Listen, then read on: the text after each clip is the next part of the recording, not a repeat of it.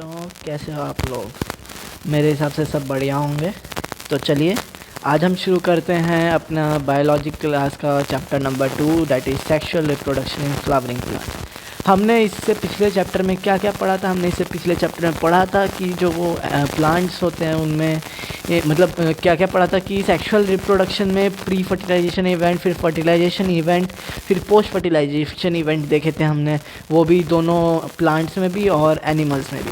अब हम इस चैप्टर में देखेंगे कि प्लांट्स में सेक्सुअल रिप्रोडक्शन कैसे होता है, वो भी फ्लावरिंग प्लांट्स में। पूरा प्रोसेस एकदम अच्छे से समझेंगे, ठीक है। ये थोड़ा समझने वाला और थोड़ा लेंथी सा चैप्टर है, तो इसे हम धीरे धीरे करके पूरा करेंगे। हमारे पास कोई हड़बड़ी नहीं है, हम इसे एकदम अच्छे से समझाएंगे और आपके साथ शेयर करेंगे, पूरा इसे अच्छे से पूरा करेंगे, ठीक है। तो चलिए हम इसे शुरू करते हैं, है ना। तो सबसे पहले हमारे पास चैप्टर के नाम से हमें क्या पता चलता है? हमारा चैप्टर का नाम है sexual reproduction in flowering plants, है ना। मतलब जो फ्लावरिंग प्लांट्स है उनमें सेक्सुअल रिप्रोडक्शन कैसे होता है। फ्लावरिंग प्लांट्स कौन से हैं? फ्लावरिंग प्लांट्स कौन से हैं? एंजियोस्पर्म या जिम्नोस्पर्म? इसका आंसर सोचिए जल्दी कि फ्लावरिंग प्लांट्स कौन से, एंजियोस्पर्म या जिम्नोस्पर्म, ठीक है। अब हम आगे चलते हैं इसमें, ये आपको इतना पता होना चाहिए, ठीक है। अब हम देखिए इस चैप्टर में हम क्या क्या पढ़ने वाले हैं। इस चैप्टर में हम पढ़ेंगे flower, a fascinating organ of angiosperm. देखो यही आंसर दे दिया है, एंजियोस्पर्म का हम पढ़ने वाले हैं, जो कि एक फ्लावरिंग प्लांट है। फिर pre fertilization structure and event, की फर्टिलाइजेशन से पहले क्या क्या होता है। डबल फर्टिलाइजेशन पढ़ेंगे, फिर फर्टिलाइजेशन के बाद क्या क्या होता है। फिर एपोमिक्सिस और पॉलीएम्ब्रियोनी, ऐसे कुछ शब्द हम देखेंगे और इसके बारे में ज्ञान अर्जित करेंगे, है ना, ठीक है। अब हम इसको एनसीईआरटी के अनुसार लाइन टू लाइन स्टार्ट करें या थोड़ा अपने आप से? चलिए मैं आपको इसे आसान तरीके से समझाने की कोशिश करूँगा, ठीक है ना। हाँ तो शुरू करेंगे।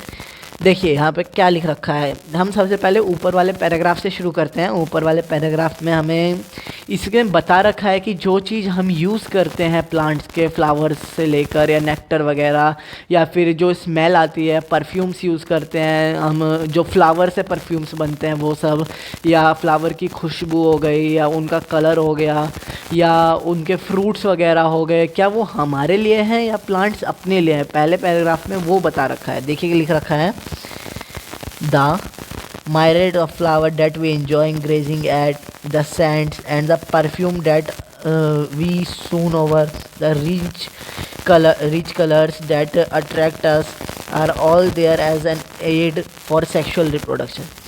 जो चीज़ हम यूज़ करते हैं, लाइक परफ्यूम्स यूज़ करते हैं, रिच कलर्स मतलब डिफरेंट कलर के डाइज बनाते हैं हम फ्लावर्स की मदद से। पहले ज़माने में बनाए जाते थे, जैसे अब तो केमिकल्स का यूज़ होता है, बट पहले ज़माने में सिर्फ फ्लावर का यूज़ किया जाता था, है ना।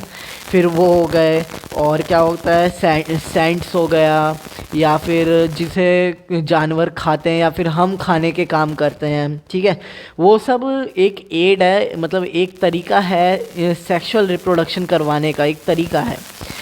Flowers do not exist only for us to be used for our selfishness.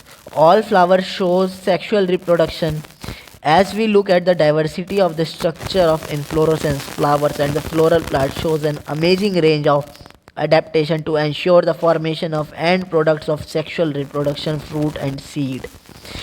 जो फ्लावर हम यूज़ करते हैं, मतलब जो जिन फ्लावर्स का हम प्लांट्स का बेसिकली यूज़ करते हैं, वो हमारे लिए नहीं है, हमारे सेल्फ इंटरेस्ट के लिए नहीं है, वो सब इस प्लांट्स में सेक्सुअल रिप्रोडक्शन कराने के लिए है। जो प्लांट्स के अंदर जो प्लांट्स में जो फ्लावर्स उगते हैं, उसमें जो डिफरेंट टाइप्स के इन्फ्लोरोसेंस है, उनका स्ट्रक्चर है, उनके फ्लोरल प्लांट्स हैं। इन्फ्लोरेसेंस का मतलब उसके सेपल्स और पेटल्स कैसे अरेंज हैं, वो कैसा स्ट्रक्चर फॉर्म करते हैं, वो सब अगर हम ध्यान से देखें तो वो एक अमेजिंग रेंज ऑफ डाइवर्सिटी, मतलब एक बहुत बड़ी डाइवर्सिटी की रेंज में अवेलेबल है वो, ठीक है ना। और वो ये शो करते हैं कि उन्होंने उस फ्लावर ने उस एरिया में कैसे अडेप्ट करा है, कैसे वो उस एरिया के लिए अपने आप को तैयार करा है, ताकि जो उसका एंड प्रोडक्ट है, मतलब जो फ्लावर का एंड प्रोडक्ट क्या होता है, फ्रूट होता है, सीड होता है ना। सेक्सुअल रिप्रोडक्शन के बाद यही तो बनता है, फ्रूट बनता है, सीड बनता है। तो वो उस एरिया के अनुसार बने, उसके लिए फ्लावर ने कैसे अडेप्ट किया है, उसकी पूरी एक वाइड रेंज दिखती है अगर हम उस फ्लावर को ध्यान से देखें। ठीक है, इस चैप्टर में हम वही देखने वाले। In this chapter let us understand the morphology, structure and the process of sexual reproduction in flowering plant, that is angiosperm. इस चैप्टर में हम वही देखने वाले हैं कि किसी भी फ्लावरिंग प्लांट्स की मॉर्फोलॉजी, उसका स्ट्रक्चर, सेक्सुअल रिप्रोडक्शन का प्रोसेस। इसमें प्लांट का मॉर्फोलॉजी पूरा नहीं देखेंगे, इसमें हम सिर्फ फ्लावर का मॉर्फोलॉजी देखेंगे। प्लांट के लिए अलग है, वो हम क्लास 11th में पढ़ चुके हैं। प्लांट का हम पढ़ चुके हैं, मॉर्फोलॉजी ऑफ फ्लावरिंग प्लांट्स हम पढ़ चुके हैं। अब हम यहाँ पे sexual reproduction in flowering plants पढ़ रहे हैं, यानी फ्लावर का पढ़ रहे हैं हम। इसमें फ्लावर का स्ट्रक्चर, उसका अडेप्टेशन, उसमें उसकी मॉर्फोलॉजी क्या है, फिर वो कैसे प्रोसेस के थ्रू सेक्सुअल रिप्रोडक्शन करता है। और फ्लावरिंग प्लांट्स होते कौन से हैं? Angiosperms are the flowering plants. ठीक है, अब इस पर हम आगे चलते हैं। आगे इसमें दे रखा है flower, a fascinating organ of angiosperm. Flower एक ऐसा फैसिनेटिंग ऑर्गन है कि एंजियोस्पर्म का, जो कि सेक्सुअल रिप्रोडक्शन के लिए बहुत ज़्यादा हेल्पफुल है। क्योंकि फ्लावर जितने कलरफुल होंगे उतने ज़्यादा ही वो इंसेक्ट को अट्रैक्ट करेंगे और वो वहाँ से मेल गैमीट उठा के फीमेल के तरफ जा सकेंगे।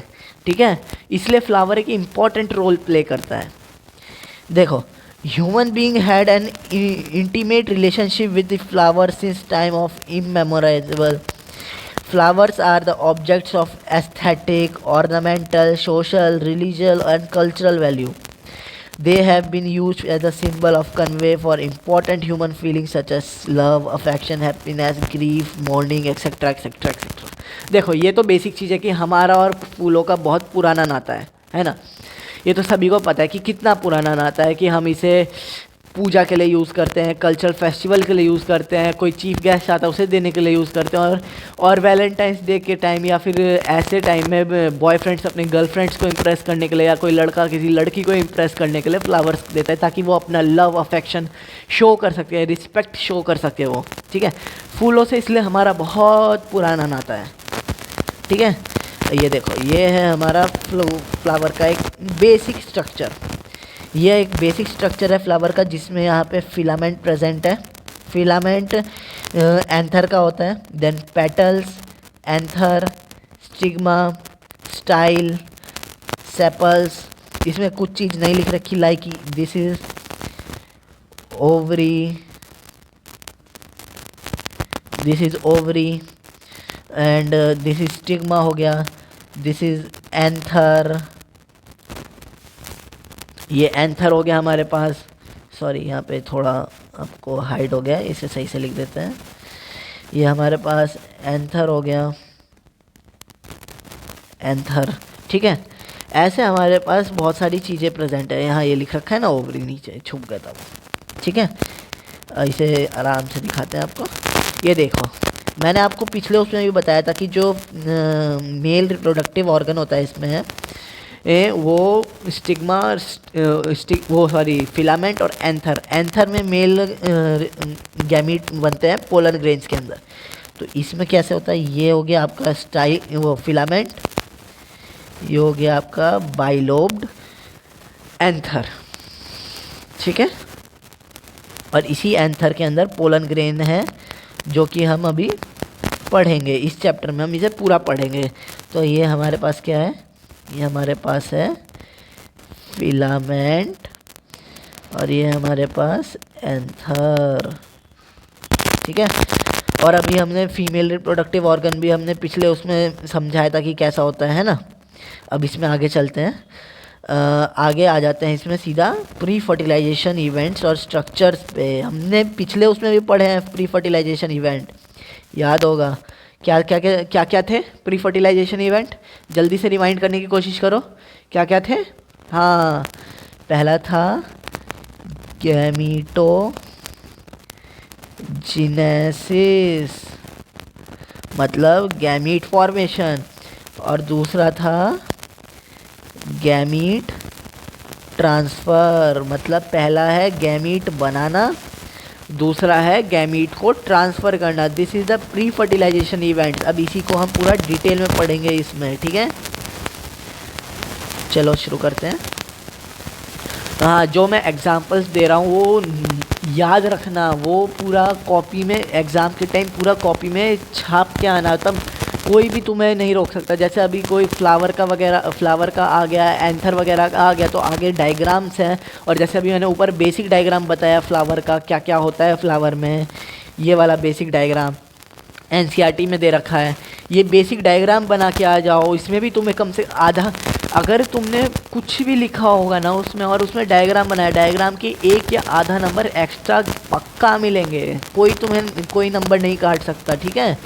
इम्पॉर्टेंट चीज़ें हैं, डायग्राम बायोलॉजी की जान है, मतलब बायोलॉजी के लिए इम्पॉर्टेंट है, ठीक है। इसको बिल्कुल मत भूलना। अब आगे चलते हैं। Much before the actual flower has seen on the plant, the decision that plant is going to flower has been takes place. Several hormonal and structural changes are intimated which lead to the differentiation and further development of floral peridomium. Inflorescences are formed which bear floral buds and then flowers. In flowers, male and female reproductive structures, androecium, gynoecium differentiate and develop. ठीक है। अब देखो इसमें क्या लिख रखा है। ये बहुत आप 11th क्लास से पढ़ के आए हो यार, मॉर्फोलॉजी प्लांट्स की। उसमें क्या क्या पढ़ा था आपने? उसका मॉर्फोलॉजी पढ़ा था, मतलब उसमें इन्फ्लोरेसेंस पढ़ा था, है ना। अब प्लांट को ये डिसाइड करना पड़ता है अपने बाहर के एनवायरनमेंट के उससे कि वो कौन से एनवायरनमेंट में है। तो उसके फ्लावर का पहले तो क्या इन्फ्लोरेसेंस होना चाहिए, है ना।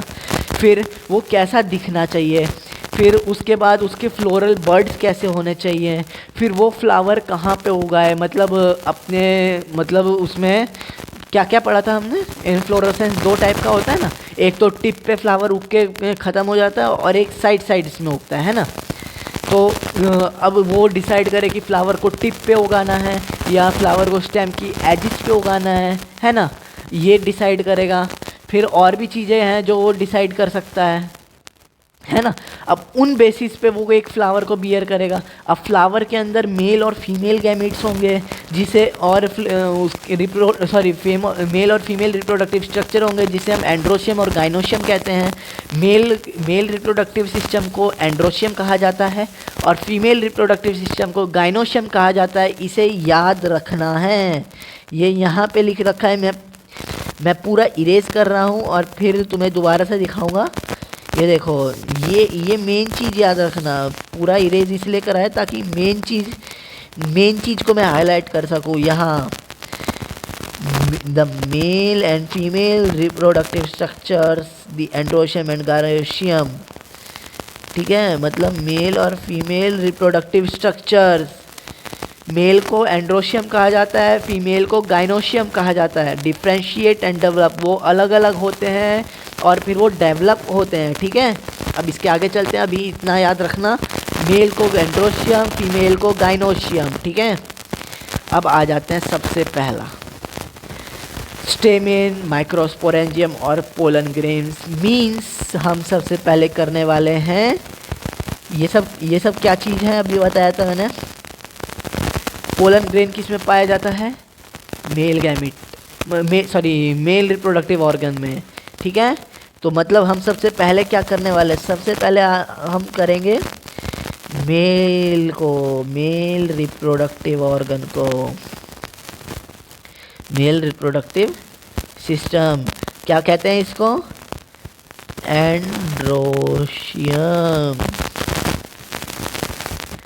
एंड्रोशियम कहा जाता है मेल रिप्रोडक्टिव स्ट्रक्चर सिस्टम को, ठीक है, या स्ट्रक्चर को। अब हम इसे एनसीईआरटी के अनुसार पूरा पढ़ेंगे। तो सबसे पहला हमारे पास सबसे पहले आता है स्टेमेन, देन फिलामेंट और एंथर। देखो अभी मैंने तुम्हें समझाया था कि मेल स्ट्रक्चर कैसा दिखता है। ये हमारे पास क्या है? फिलामेंट। ये क्या है? ये हमारे पास एंथर है। This is filament and this is anther. Filament भी है हमारे पास, एंथर भी है, ठीक है। और अब ये तो इसके पार्ट्स, अब इस पूरे को एक साथ क्या कहते हैं? इस पूरे को एक साथ हम स्टेमेन कहते हैं। नहीं समझे? अभी समझो। अरे बहुत आसान है इसे समझना, कुछ भी मुश्किल नहीं है। ये देखो, इसे छोटा कर देंगे, ठीक है। हाँ, अब देखो दिख रहा होगा, ये हमारे पास है एंथर, ठीक है, एंथर। ये हमारे पास है फिलामेंट, ठीक है। और अब ये पूरा स्ट्रक्चर जो हमारे पास है, इसको कहते हैं स्टेमेन। इसको स्टेमेन कहा जाता है। इस वाले पार्ट को एंथर, इस वाले पार्ट को फिलामेंट, इस पूरे को स्टेमेन। अब समझे? ठीक है। अब आगे, अब हम इसमें आगे चलते हैं, है ना। हमें किसने रोका है आगे चलने से? अभी तो इसका सिर्फ ऊपरी स्ट्रक्चर पढ़ा है हमने, अभी पूरा पढ़ना बाकी है। अब हम इसमें आगे चलते हैं। Highlight stamen, microsporangium and pollen grain, ठीक है। The two parts of typical stamen, the long slandered stalk called filament, the terminal bilobed structure called anther। अभी दिखाया ना मैंने, लंबा स्ट्रक्चर, लंबी पूंछ फिलामेंट, बाइलोब्ड मतलब जिसमें दो मुंह हैं, वो हमारे पास है एंथर। लंबी पूंछ फिलामेंट, दो मुंह एंथर, ये याद रखना, ठीक है। अब आगे चलते हैं, आगे का लिखा है The proximal end of the filament is attached to the thalamus or the petal। और proximal end मतलब नीचे वाला इसका जो हिस्सा है वो हमारा फ्लावर के साथ अटैच होता है, यानी किसके साथ? पेटल्स के साथ, फ्लावर के पेटल्स के साथ वो अटैच रहता है, ठीक है। The length and the number of stamens are variable in flower of different species, ठीक है। If you collect 10 flowers and arrange them on slide appreciate, ठीक है। ये तो बाकी लैब का है और ये एग्जांपल दे रखा है। इसमें इम्पॉर्टेंट ये है कि हर स्पीशीज़ के जो वो हमारा स्टेमेन है, उसकी लेंथ और उसका नंबर कि कितने नंबर में प्रेजेंट होगा, वो ये दोनों चीज़ हर एक उसमें वेरी करती है, किसी दो में सेम नहीं होती है, हर उसमें वेरी करती है, ठीक है। आगे चलते हैं, आगे दे रखा है typical angiospermic anther is bilobed. Typical angiosperm anther is bilobed. Each lobe has two theca that is dithecous, often a longitudinal groove run lengthwise separating theca, ठीक है। Let us understand the various type of tissues organized in transverse anther of। अब ये क्या बला है भाई? अरे बालकों, ये कोई बला नहीं है, अभी बताया था ना, ये बाइलोब्ड मतलब जिसके दो मुंह मतलब दो थीका, एक ये। अब इन दोनों को बीच में से ये चीज़ अलग कर रही है ना, ये जो बीच में ये लाइन बन रखी थी, ये जो मेरी जो लाइन थी, उससे पहले देखो ये बाइलोब स्ट्रक्चर बन रखा है ना दो का, ये वाला, ये सॉरी ये जो बाइलोब स्ट्रक्चर के बीच में जो लाइन है, ये इसे longitudinal grooves run lengthwise separating the theca. एक थीका ये, दूसरा थीका ये लॉन्गिट्यूडनल इसके अंदर रन कर रही है, दोनों को सेपरेट कर रही है, अलग अलग कर रही है, इसलिए तो इसे बाइलोब्ड कहा जाता है। जब हम इसका ट्रांसफर सेक्शन देखेंगे तो इसमें पूरा पता चलेगा। अब कहाँ देखेंगे ट्रांसफर सेक्शन भाई? सर जी आप तो कह देते हो कि ट्रांसफर सेक्शन देखेंगे, पर कहाँ देखेंगे? अरे भैया एनसीईआरटी में ही देखेंगे, एनसीईआरटी में ही दे रखा है, ये देखो, ये रहा इसका ट्रांसफर सेक्शन। ये स्ट्रक्चर था ना, ये इसको ऐसे काटा हुआ है, रुक जाओ इसे अलग कलर से काटते हैं, लाल से काटे, हाँ चलो लाल से काटते हैं। इसे ऐसे काटा हुआ है और इसे फिर ऐसे यहाँ शो कर रखा है इसे, ठीक है। वापस काले पे। अब देखो ये हो गया पहला थीका, ये पहला थीका, ये हो गया दूसरा थीका। और ये रही इसके बीच की लाइन जो इसे दो हिस्सों में कट कर रही थी। इसी के अंदर ये जो ये पोलन ग्रेन्स प्रेजेंट होते हैं इसी के अंदर। ठीक है, समझ रहे हो या नहीं समझे? कुछ भी डाउट हो तो कमेंट सेक्शन में कमेंट कर देना। ये देखो, ये जो लाइन ऑफ डाइसेंस है ना, ये लाइन ऑफ डाइसेंस मतलब ये जो है ना, ये इसमें ये वाला पोलन ग्रेन इधर की साइड खुलेगा, मतलब ये वाला थीका इधर की साइड खुलेगा, ये वाला थीका इधर की साइड खुलेगा, दोनों अपोजिट साइड खुलेंगे और ये ओपन हो जाएगा। और इसके अंदर के पोलन ग्रेन एयर की में ओपन हो जाएंगे, हवा के लिए ओपन हो जाएंगे, फिर कीड़े आके बैठेंगे और उड़ा के ले जाएंगे।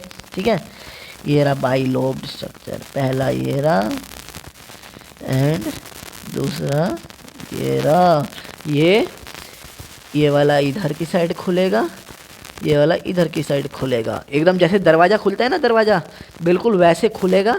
और ये अपने अपने पोलन ग्रेन्स, अपने अपने एरिया के पोलन ग्रेन्स को हवा में छोड़ देंगे, मतलब हवा के उसके लिए छोड़ देंगे ताकि इंसेक्ट्स आए, वाटर आए, एयर आए और उसके थ्रू ये ट्रांसफ़र हो जाए। ठीक है, अब आगे चलते हैं।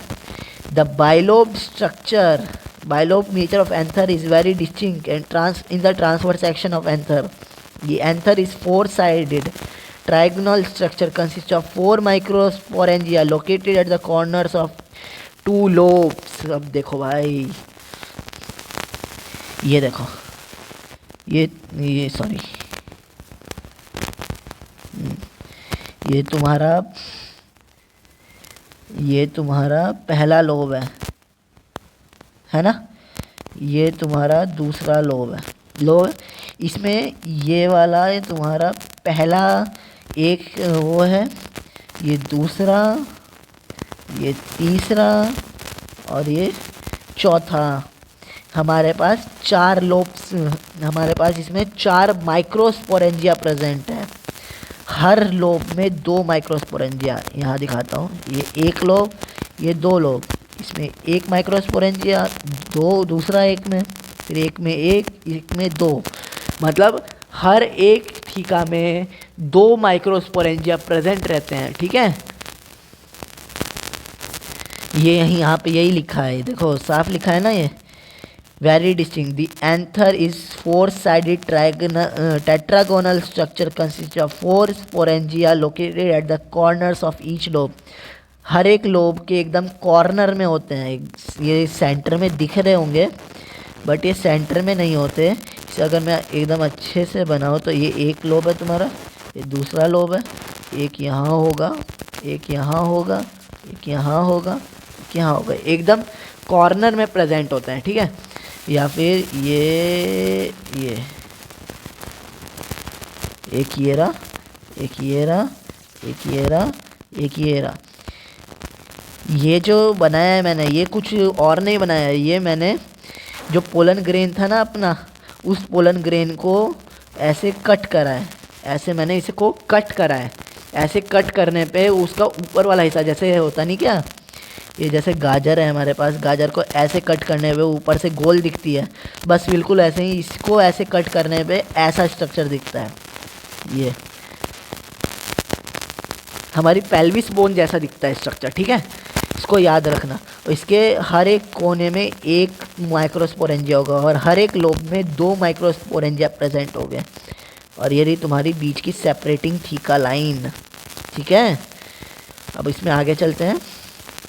आगे दे रखा है the microsporangia develops further to become pollen sac. They extend longitudinally all through the length of an anther and packed with pollen grain. अर्थात ये जो है ना, ये हमारे पास ये माइक्रोस्पोरेंजिया ये डेवलप होके पोलन सैक बनाएंगे और इसी पोलन सैक के अंदर फिर पोलन ग्रेन जर्मिनेट होंगे।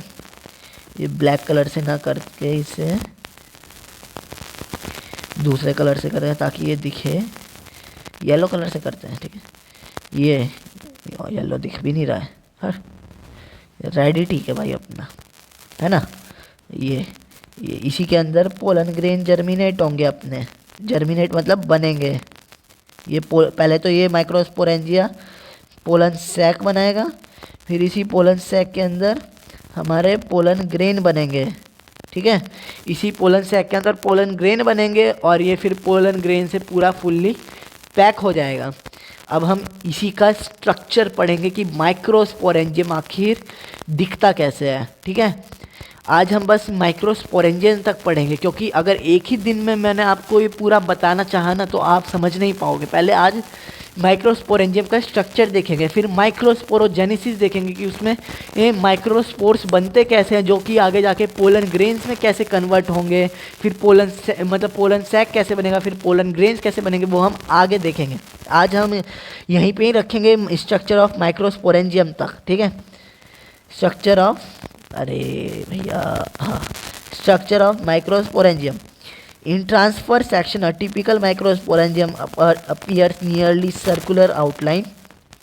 It is generally surrounded by 4 layers: the epidermis, the endothecum, middle layer, and the tapetum.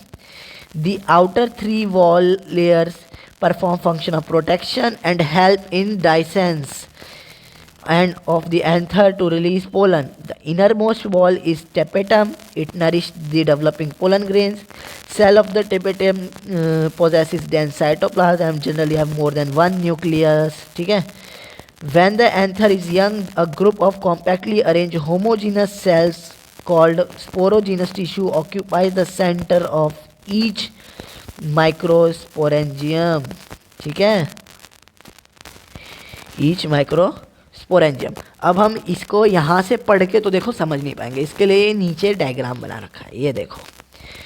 हम क्या पढ़ रहे हैं, हम पढ़ रहे हैं स्ट्रक्चर ऑफ माइक्रोस्पोरेंजियम। ये माइक्रोस्पोरेंजियम का स्ट्रक्चर है, ठीक है। अब हम इसे ध्यान से देखेंगे। इस पूरे को माइक्रोस्पोरेंजियम कहते हैं, ठीक है। इस माइक्रोस्पोरेंजियम के स्ट्रक्चर के बाहर 3 लेयर्स हैं, ये देखो। पहली लेयर, पतला करते हैं इसे, ये रही पहली लेयर, ये रही दूसरी लेयर और ये रही तीसरी लेयर, ठीक है। पहली लेयर हमारे पास किस चीज़ की होती है, जल्दी बताओ। सबसे बाहर वाली लेयर होती है हमारे पास एपिडर्मिस की। उससे अंदर वाली हमारी लेयर किस चीज़ की होती है, जल्दी बताओ, जल्दी। उससे अंदर वाली हमारी जो लेयर होती है, अभी पढ़ा था हमने, क्या पढ़ा था, याद करो। हमने अभी पढ़ा था जो सबसे आखिरी वाली लेयर सबसे बाहर होता है एपिडर्मिस, फिर एंडोथीकम, मिडिल लेयर, देन टैपेटम, ठीक है। याद रखना इसको। सबसे बाहर वाली लेयर होती है एपिडर्मिस, ये वाली सबसे बाहर एपिडर्मिस। उसके बाद आती है एंडोथीकम, सबसे बाहर एपिडर्मिस, फिर एंडोथीकम, फिर आता है आपका मिडिल लेयर, फिर टैपेटम। ये पूरा टैपेटम है, ठीक है। और फिर टैपेटम के अंदर आपका मतलब पोलन ग्रेन्स बनने से पहले वहाँ पे स्पोरोजिनस टिश्यूज प्रेजेंट रहते हैं, ठीक है। अब इनमें क्या डिफरेंस है सब में, ठीक है, वो पढ़ेंगे अभी हम। इसमें जो डिफरेंस है वो ये है कि जो हमारे बाहर की तीनों लेयर है, that is epidermis, endothecium, tapetum and middle layer, ये हमारा प्रोटेक्शन का काम करता है। इसमें जो टैपेटम है ये पोलन ग्रेन्स को नरिश करने का काम करता है। मतलब जब पोलन ग्रेन डेवलप हो रहे होते हैं तब उनको न्यूट्रिएंट्स चाहिए होते हैं। भाई बिना न्यूट्रिएंट्स को कुछ भी डेवलप नहीं होगा, तो उनको न्यूट्रिएंट्स टैपेटम प्रोवाइड कराता है। ये जो टैपेटम है, ये टैपेटम उनको न्यूट्रिएंट्स प्रोवाइड कराता है। And tapetum is multi nucleate, मतलब इसमें एक से ज़्यादा न्यूक्लियस प्रेजेंट हो सकते हैं। इसमें डेंस साइटोप्लाज्म होता है, मतलब बहुत ज़्यादा डेंस साइटोप्लाज्म प्रेजेंट रहता है टैपेटम में।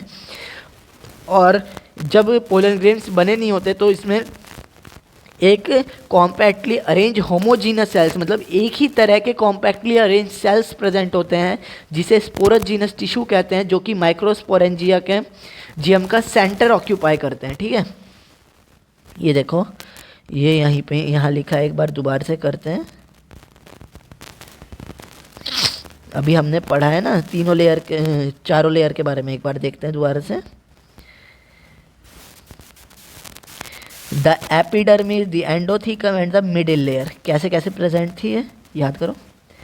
Epidermis, endothecium, middle layer, tapetum, है ना, ये टैपेटम, ये मिडिल लेयर, ये टैपेटम। जो टैपेटम है वो इनर मोस्ट वॉल लेयर होती है, मतलब ये वाली वॉल लेयर, ये टैपेटम है। टैपेटम की ये लेयर है, ये वॉल्स, ये कॉम्पैक्टली अरेंज सेल्स हैं जो कि सेल को नरिशमेंट प्रोवाइड करते हैं, ठीक है। जो बाहर की 3 सेल्स है वो प्रोटेक्शन का काम करती है। The outer 3 wall layers perform function of protection, help in dehiscence of anther to release pollen grains. मतलब ये प्रोटेक्शन तो प्रोवाइड करती है, प्लस पोलन जो हमारा एंथर से डाइसिस होने में काम करते हैं, मतलब उसको टूटने में। वो बताया था ना कि जो पोलन ग्रेन है वो कैसे खुलता है। ये पोलन ग्रेन है तुम्हारा, ये एक इधर की साइड खुलेगा, ये इधर की साइड खुलेगा। तो खुलने के लिए आउटर लेयर, बाहर की लेयर है, वो बहुत हेल्प करती है, ठीक है। फिर अंदर का अब 3 लेयर तो हो गई, that is epidermis, endothecium, middle layer, ये प्रोटेक्शन और डाइसेंस में मदद करती है। फिर innermost wall layer that is tapetum, nourish developing pollen grain. Cells of tapetum process dense cytoplasm, generally have more than 1 nucleus, multinucleate, एक से ज़्यादा न्यूक्लियस मतलब मल्टी न्यूक्लिएट, यानी इसके मेरे अंदर एकदम डेंस साइटोप्लाज्म रहता है, मतलब एकदम डेंस, एकदम डेंस। ये देखो ये डॉट्स दिख रहे हैं ना, एकदम डेंस साइटोप्लाज्म प्रेजेंट रहता है, मतलब एकदम डेंस, एकदम एकदम एकदम एकदम डेंस साइटोप्लाज्म इसमें प्रेजेंट रहेगा, ठीक है। और इस डेंस साइटोप्लाज्म में या तो एक न्यूक्लियस हो सकता है या एक से ज़्यादा न्यूक्लियस हो सकते हैं, ताकि ये पोलन ग्रेन को नरिशमेंट प्रोवाइड करवा सकें, ठीक है। ये अब पोलन ग्रेन बनने से पहले, जब व्हेन एंथर इज यंग, जब एंथर एकदम जवान होता है, तब एक group of compactly arrange homogeneous cells called sporogenous tissue occupies the centre of microsporangium. मतलब जब एंथर एकदम जवान रहता है तब एक तरह के दिखने वाले सेल्स, बताओ जो एक ही तरह के दिखते हैं उसे कहते हैं होमो। अब एक ही तरह के दिखने वाले सेल्स, होमोजीनस सेल्स, वो कॉम्पैक्टली अरेंज रहते हैं माइक्रोस्पोरेंजियम के एकदम सेंटर में। उसको क्या कहते हैं, उन सेल्स को स्पोरोजीनस टिश्यू कहा जाता है। जब एकदम एंथर एकदम जवान होता है तब वो प्रेजेंट रहते हैं। उसके बाद वो अलग अलग लेयर में डिवाइड हो जाते हैं, एंड देन वो उसमें कहते हैं 3 लेयर बनती है, epidermis, endothecium, middle layer and tapetum. And tapetum is used, मतलब tapetum has dense cytoplasm and multinucleate provide nourishment to the pollen grain, ठीक है। और जब पोलन ग्रेन नहीं होता है, मतलब एंथर जवान होता है, तब सेंटर में एक densely compact homogeneous tissue present रहता है, जिसे क्या कहते हैं, स्पोरोजीनस टिश्यू कहते हैं। जिसे होमोजीनस सेल्स प्रेजेंट रहते हैं, जिसे स्पोरोजीनस टिश्यू कहा जाता है, जिससे स्पोर्स बनते हैं, और ये माइक्रोस्पोरेंजियम के सेंटर में प्रेजेंट रहते हैं। तो आज के लिए हम इतना ही रखते हैं। पहले इतने को एकदम अच्छे से रिवाइज कीजिएगा, जो पार्ट समझना है उस पार्ट को बार बार रिवाइंड करके देखिएगा। मैंने जितना हो सके उतना ईजी तरीके से इसे समझाने की कोशिश करी है। अगर आपको ये वीडियो पसंद आए तो वीडियो को लाइक करें, सब्सक्राइब करें और कमेंट करके अपने डाउट्स ज़रूर पूछें। जो कुछ फालतू के कमेंट्स आते हैं, मतलब कि आप कौन हैं वगैरह, क्यों पढ़ा रहे हैं, मतलब आप कुछ अथॉराइज हैं या नहीं, कुछ ऐसे भी कमेंट्स आते हैं कि आप कौन होते हैं हमें पढ़ाने वाले वगैरह वगैरह। तो मैंने किसी को वो नहीं बोला है कि तुम मेरे यहाँ आके ही पढ़ो, आप कहीं से भी पढ़ सकते हो।